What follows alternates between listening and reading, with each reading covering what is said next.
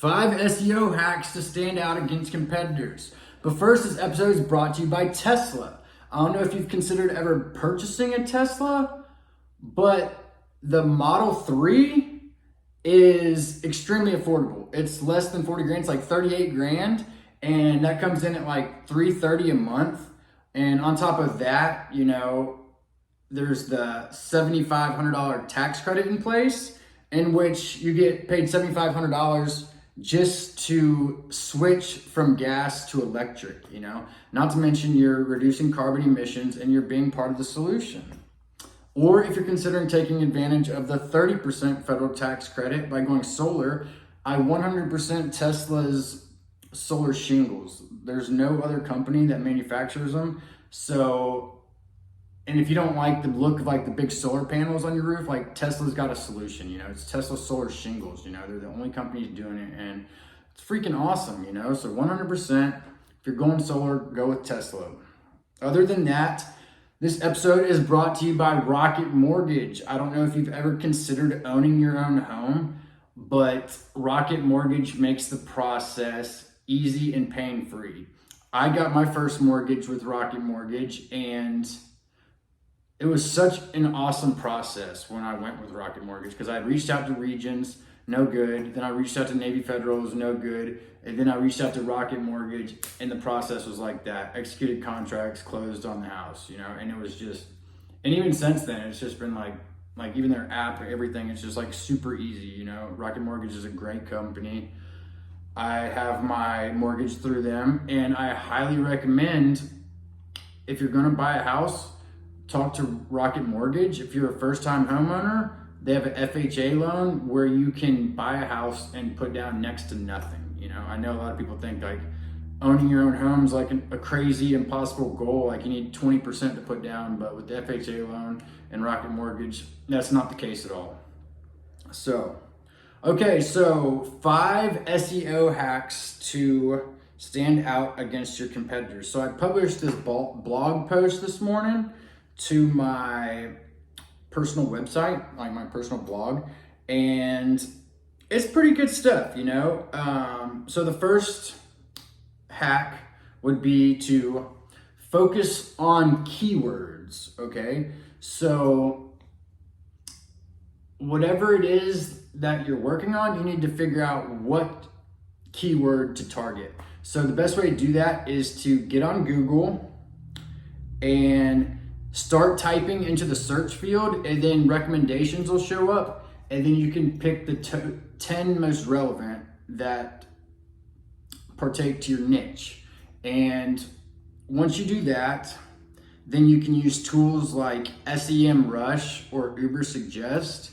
And what that allows you to do is it allows you to compare your website to your competitors' websites. It allows you to see how much traffic your competitors' sites are getting compared to yours, what keywords they're using, how often they're using them, and it basically gives you a solution to outrank your competition, So Ubersuggest and SEMrush, okay? Other than that, okay, we talked about creating a hook, and a hook is when you're creating content, or like whether you're writing a book or you're creating a video, a hook is the first line or the first sentence. And what it does is it draws the people in, like whenever I do like my video this time, I was 5 SEO hacks to help you stand out against competition, it gets your attention. You want to hear what I have to say, that's a hook. And so you get people's attention. But one thing with SEO, what accounts for such like a major factor is backlinks, okay? And that's the number one way to move up, is have a lot of backlinks, okay? So what I mean by that is you don't want to just spam your URL out. Otherwise it's gonna cause a negative effect to Google's algorithm, and you're gonna push your ranking down, as opposed to offering solutions. Okay, so what you do is you want your post or your URL to be shared across platforms, and the better the platform, the more you're going to go up in rankings, you know? So like if you have an influencer on LinkedIn share your blog post, it's going to move you up in ranking, you know? Or if there's like a really good established website, say like Tesla or someone, and they share your URL on their homepage, that's going to work, you know, be magnificent for your search rating, like your search rankings.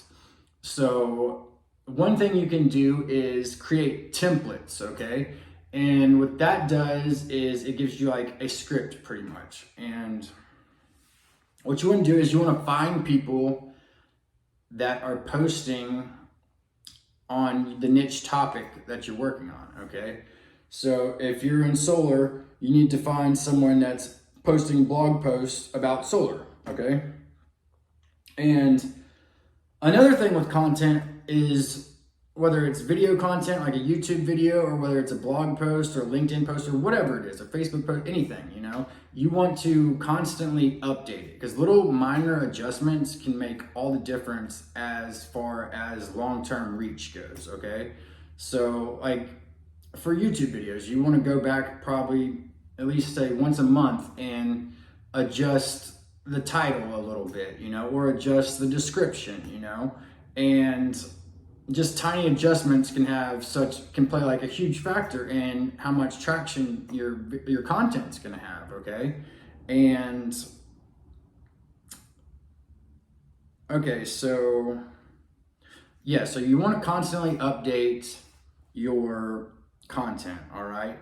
And okay, so I guess we'll move to the fourth hack is focus on your content design, okay? Because you can have the best content in the world, and if it's not presented properly, it's not going to do well, you know?